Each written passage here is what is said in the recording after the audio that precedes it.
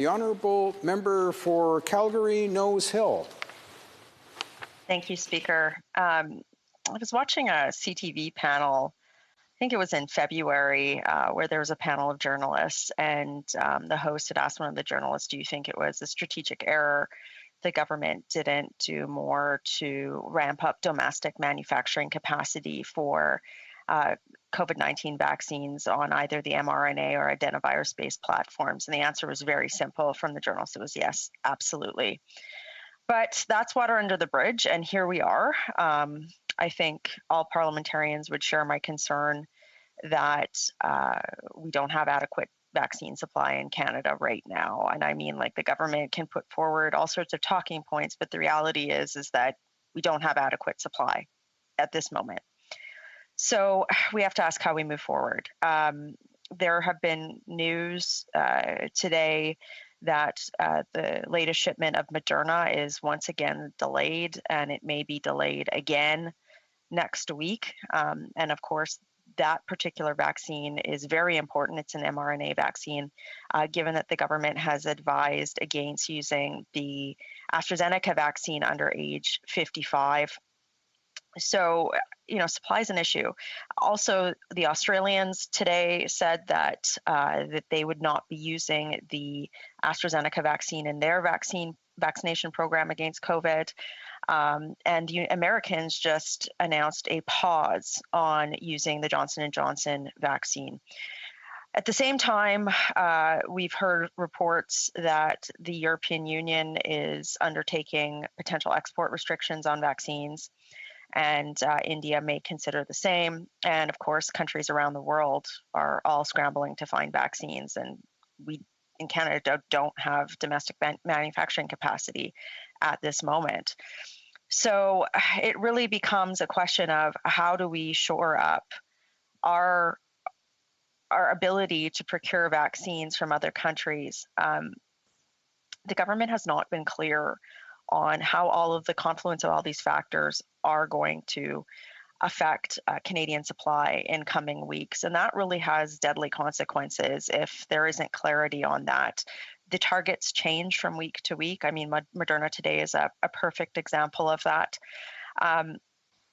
So I guess, the government has still not been forthcoming on the question of assurances from our main export partners. So I just have a few questions. The European Union, have they provided written exemptions, as they have for other countries,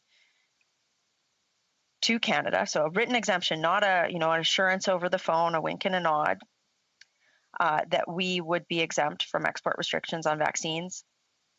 Has the government also assured any sort of, or obtained any sort of written assurance from the United States in terms of potential additional doses of vaccines from that country, as well as has the government received written assurances from the government of India? I'm just looking for a very simple response. I hope that the answer to all three questions to that are yes, but certainly we need some assurance, given that the government has not secured domestic manufacturing capacity, that we will be able to get those vaccines in this week's time period. Thank you, Speaker. The Honourable Parliament Secretary to the Minister of Small Business and Export Promotion. Thank you very much, Mr. Speaker, and I'd like to thank my colleague opposite for her work as opposition critic on the health file, and for raising what is the most important issue facing our country at the moment, that is procuring enough vaccines for all Canadians. And I would, I guess, like to begin where my colleague opposite began, and that is just to point out that domestic manufacturing of vaccines has hardly been a silver bullet for any country. Just ask Australia and the problems that they're dealing with right now.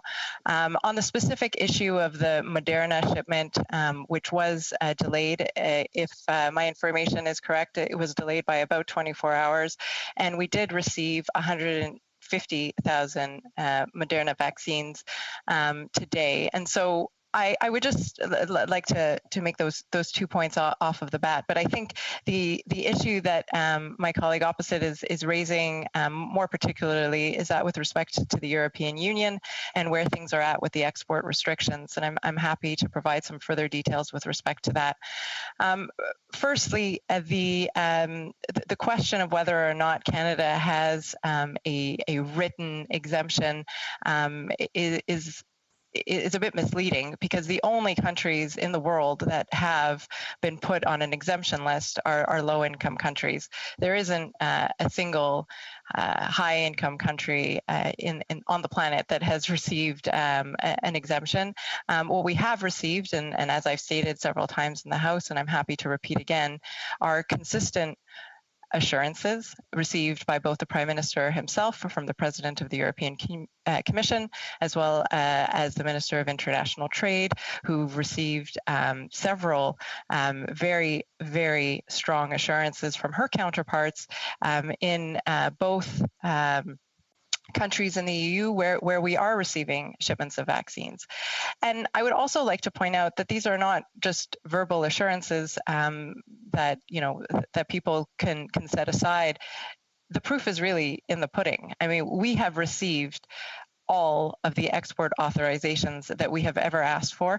They have been consistent and they have been timely. Our shipments have not been delayed by these new export restrictions to date, and we have not had any issues in that regard. If there were any delays, and there have been some, again, small delays in receiving shipments, and that is behind us, we hope, those delays were on the side of the manufacturer because the companies had problems in production. And I guess with the short amount of time that's left to me, I would also like, as much as I am, deeply engaged on the file of the vaccine procurement and know that it is of concern to Canadians, I would like to point out that Canada is now number 3 among G20 countries in vaccination coverage. That's total. We are actually number 2 among G20 countries in vaccinations per capita per day, behind only the United States.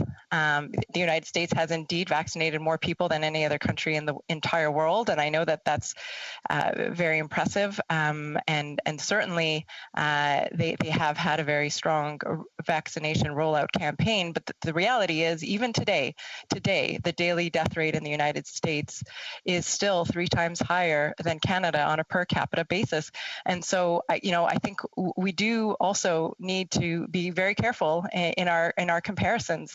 And I think that the government of Canada has taken extraordinary measures to protect Canadians. Our health and our security is the number 1 concern of this government. I know that we are in the middle of a 3rd wave at the moment. That's obviously very concerning to all of us. And I think it's important to make sure that we continue to focus on what really matters, and that is Canadians.